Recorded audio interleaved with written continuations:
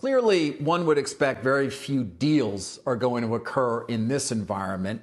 A, do you agree with that? And B, should we expect that once we get through this, we're going to see a torrent of potential consolidation?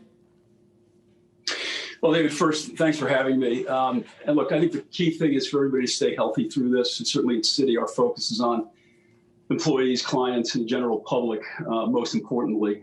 Turning to our market, unequivocally, it has slowed pretty dramatically. That's to be expected. The previous two shocks, financial crisis and the dot-com bust, we saw a significant drop in volumes for some extended period of time, multi-months in both cases. I would say here what people are focused on right now is in announced transactions, there's a lot of looking at what one's rights are under existing contractual arrangements, looking at material adverse change clauses, interim operating covenants, to see if there are ways to either get out or potentially reduce price.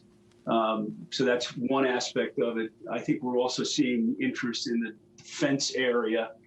We spent 10 years basically dismantling a lot of these corporate defenses, and now we're seeing rights plans being put back in, short duration, obviously more shareholder friendly, but that's to be expected because at times like this with a massive market correction and some companies being really badly beat up, there is concern about opportunistic offers. So that's what we're seeing. In terms of when it comes back, this is different, because of the ramifications in the real economy. So it's really difficult to predict.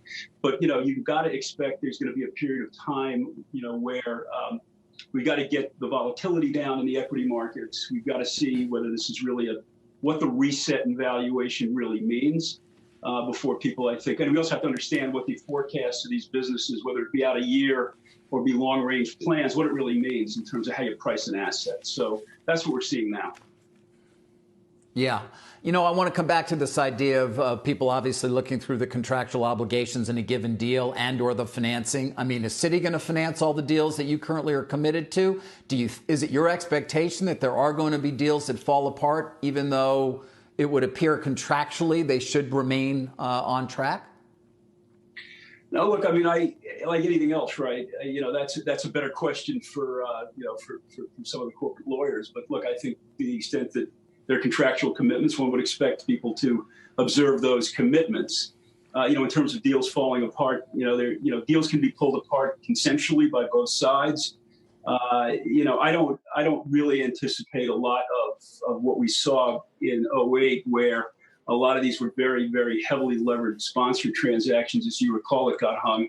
I don't expect anything like that this time. I wouldn't see that.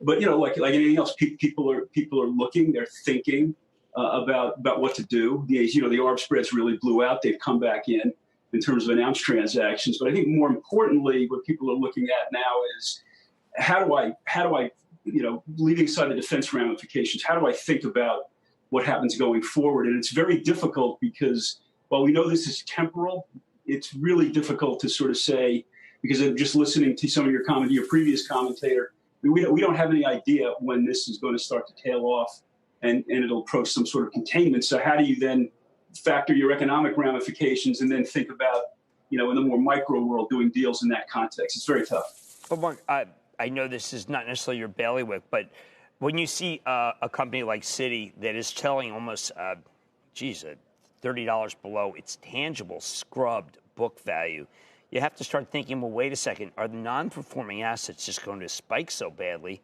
Because otherwise, it looks like that the stocks are very, very mismarked. And what do you think? Is the market missing something? Not allowed to do buybacks, or is it that you do what everyone expects? Non-performing assets are going to spike badly, and therefore the book value has to come down.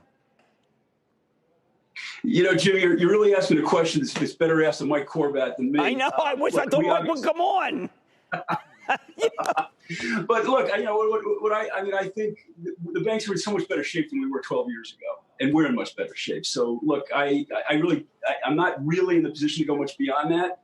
But, we're very focused on taking care of our customers and doing the right thing and taking care of the communities that we operate in. So I do feel, Jim, I think all of us at Citi feel very proud of where we are now and what we're trying to accomplish here. And we're going to do our part for sure.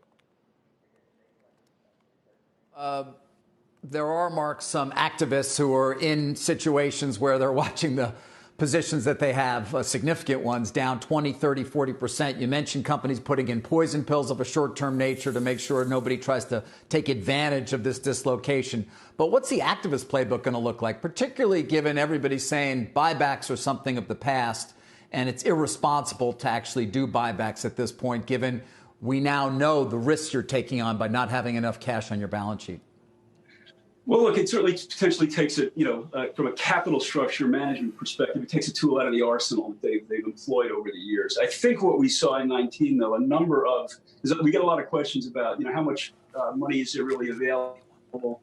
A lot of positions are really underwater at this point. But we did see a number of monetizations from some of the bigger firms in 19. So there is some dry powder.